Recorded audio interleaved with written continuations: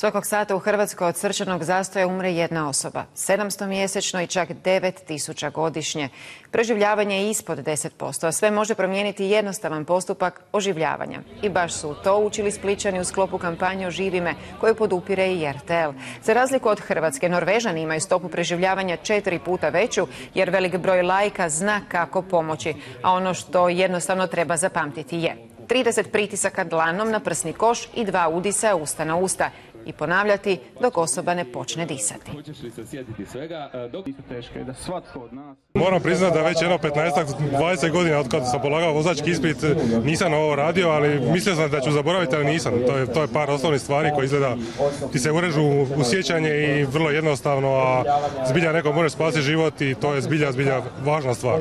U Hrvatskoj je preživljenje od srčanog zastoja trenutno jako nisko, upravo iz razloga što ljudi se većinom oslanjaju hitnu medicinsku pomoć, koja prema podacima iz Hrvatskog zavoda za hitnu medicinu dolazi najčešće do 10 minuta u urbanim sredinama, odnosno do 20 minuta u ruralnim sredinama, što je prekasno ukoliko netko od ljudi koji svjedoči osobi u srčanom zastoju ne provodi postupak oživljavanja.